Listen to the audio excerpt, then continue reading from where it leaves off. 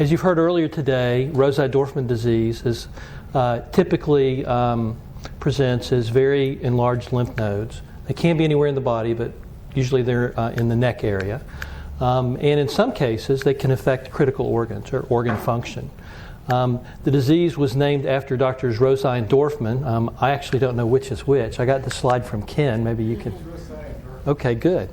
But a more descriptive, but I think much more difficult and clumsy name is this sinus histiocytosis with massive lymphadenopathy. And so this is more descriptive, but it's quite a mouthful. And so I'm going to use Rosai-Dorfman when I talk about this disease. So who gets Rosai-Dorfman disease? Well, it occurs all over the world. It affects patients of all ages, unlike Erdheim-Chester that we heard about. It doesn't appear to have any particular predisposition in regard to gender, ethnicity, or socioeconomic status. And it can affect almost every organ. We don't know what causes Rosai-Dorfman disease. It does not appear to be a neoplastic condition. There's some evidence that maybe certain viral infections may trigger the condition or play a role in its progression. It may be reactive to some process, but it's probably most likely that it's somehow related to the immune system in a way that we don't understand. Rosai-Dorfman can occur in lots of different places in the body. Lymph nodes are far and away the most common, but it can affect the skin, the nasal cavity, the eye, both the tear duct or the lacrimal gland, and it can occur behind the eye and push the eye out. It can involve the bone, the central nervous system, the salivary gland, the kidneys, the lungs, the liver, the heart, the breast, the GI tract. So really any organ system in the body has been described as being involved. I don't know how well you can see with the lights up, but this is a patient with a skin lesion. And this could look like a lot of other histiocytic disorders, and really only with biopsy would one know that this was Rosai-Dorfman. This is a slide of a lady. I don't know how well it shows up here, but in addition to extensive involvement in the neck, she seems to, which she has, there's orbital involvement, which is causing her a lot of problems with her eye and vision. This is a picture of a patient with bone involvement. You can see the very swollen joints here. And this looks very much like the picture that Sheila showed earlier of the patient with the other uncommon histiocytic disorder that mimics arthritis. And then if you look at x-rays of these patients, you can often see destructive lesions of the bone. It can affect any bone in the skeleton, and it can sometimes be confused with LCH or even bone tumors, such as osteosarcoma. LCH of the bone, right? Yes. Rosai-Dorfman disease can involve the central nervous system.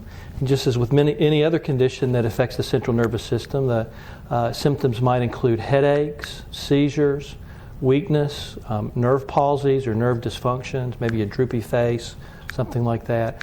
Spinal cord compression, which might lead to weakness of the lower extremities or bowel or bladder problems. Rarely, there can be life-threatening complications, and those occur because the disease can affect vital organs. So if the lymph nodes or lesions are along the airway, they can compress and obstruct the airway and cause breathing problems. Spinal cord compression can lead to loss of nerve function. Involvement of kidneys can lead to kidney failure, and of course that's quite serious. There have been reports of patients that have had heart rhythm abnormalities.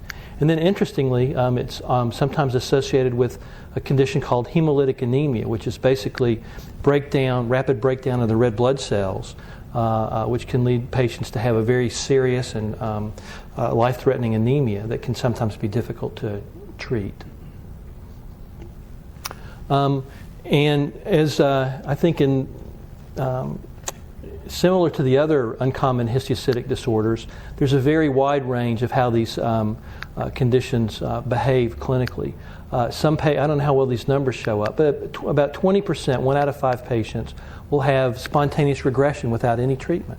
And so one wants to be careful about making treatment recommendations if the patient is not having any serious problems, because if a condition will get better on its own, then there is potentially no benefit to treating a patient with this condition. Some patients will have lymph nodes that sort of wax and wane, and they get bigger, and then they get smaller. They may get infected, and I've treated patients with antibiotics, and the lesions seem to get smaller. And when they're not having these exacerbations, there really aren't any problems. Some patients will have persistently enlarged lymph nodes that look bad but don't really cause any problems. And then it's really the very rare cases, less than 1 out of 20 patients, where it will spread to involve organs or even contribute to death. So those cases are very much the exception.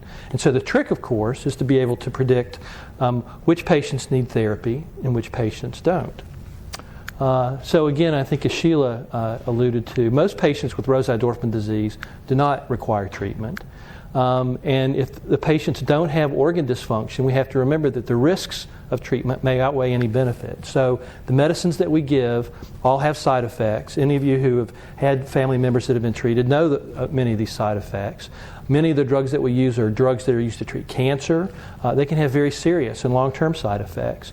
Even steroids can have both short-term and long-term side effects. And so we have to make a decision in each patient's case. Is the condition serious enough that the risks of treatment are offset by the benefit to the patient? And I think, again, every patient is different, but when we look globally at Rosai-Dorfman disease patients, we typically recommend treatment only in a small subset of these patients. This is a review several years ago that was published in a pediatric or a hematology journal, and it summarized various treatment modalities that were used for Rosai-Dorfman. And in this series, about half the patients got no treatment. Some patients were treated with steroids, usually prednisone, and they got some benefit. There were patients who were treated with radiation. Some patients had a CR, that's a complete response, and so it seemed to work very well. What disease did they have? Well, we would have to go back to the paper and pull all that information to get more details.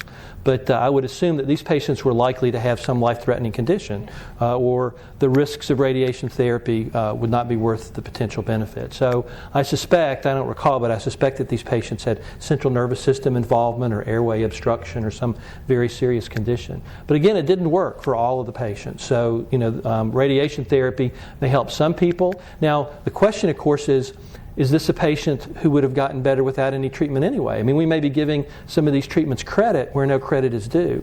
And so that, with a disease that can come and go on its own without treatment, that can make, these decisions about what works and what doesn't even more complicated. Patients got combinations of surgery and radiation therapy, and then a lot of different sorts of chemotherapy were used. Some patients, again, had complete responses, so the disease went completely away. Maybe because of the chemotherapy, maybe not. In the majority of cases, chemotherapy didn't seem to work. And at least in this fairly comprehensive review, the only combination of treatment that seemed to be successful was one of the least intensive treatments. 6-MP, which is an oral medication that's used to treat a lot of other histiocytic disorders, and oral methotrexate. And then there was one patient who received interferon that had a complete response. And so it's very hard to judge whether a therapy is effective on the basis of one patient. In patients who failed some other treatments, there have been a couple of responses. Carlos Rodriguez Galindo has reported 2-CDA as being effective in a couple of patients who had CNS disease, and he may want to comment on that a little bit more. And then dexamethasone, which as Sheila mentioned is a steroid that seems to be more potent than prednisone, was reported to be very effective in a patient who'd received multiple therapies, including prednisone, a different steroid, methotrexate, and 6-MP, which I think is probably the most commonly used chemotherapy, vinblastine and 2-CDA. So this patient had lots of things, and then using this stronger steroid seemed to work. My personal experience is that dexamethasone can also be very effective in patients with Rosai-Dorfman disease. And I want to end by thanking Ken, who is now here. Most of the slides came from him.